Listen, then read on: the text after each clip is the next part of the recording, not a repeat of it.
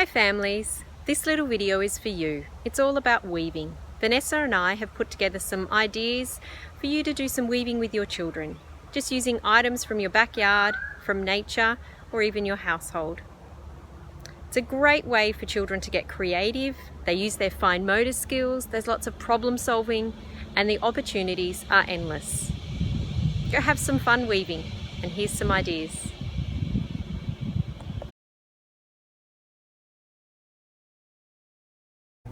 Many of us have palms in our backyard and lots of these dead palm fronds. They're actually fantastic for weaving. So take your kids on a little walk outside and you can start collecting. You can simply pull all these long bits off. They'll be great for weaving. The inflorescence, which is the part of the palm where all the little seed pods sit on, these are also great for weaving.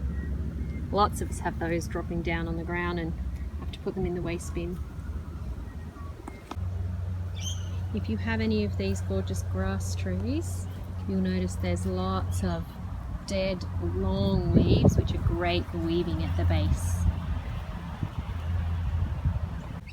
At Nature Explorers, we always encourage children to take items from nature that are dead and already on the ground, nothing that is living and still attached to a tree.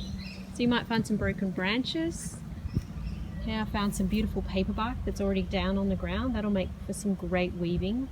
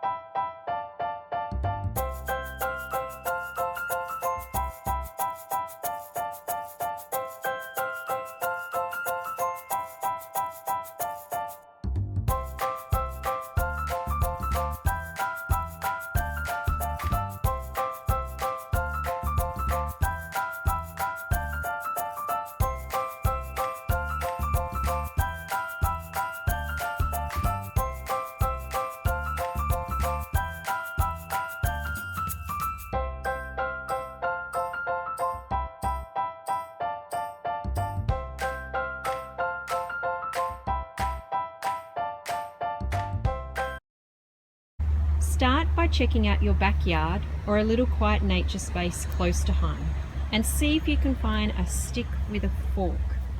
This one is perfect. We can make some great things with this one. 2 trees growing close together.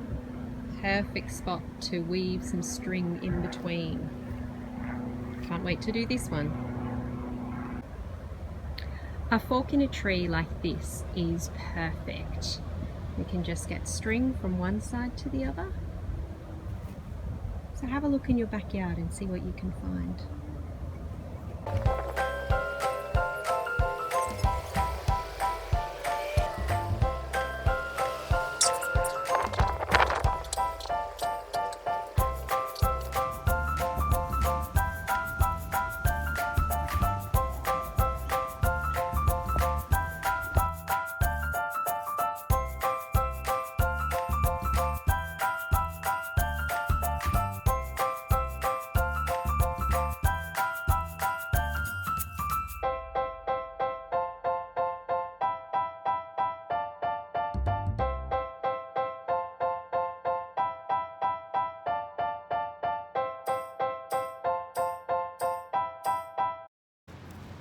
Hi parents, this one's for you.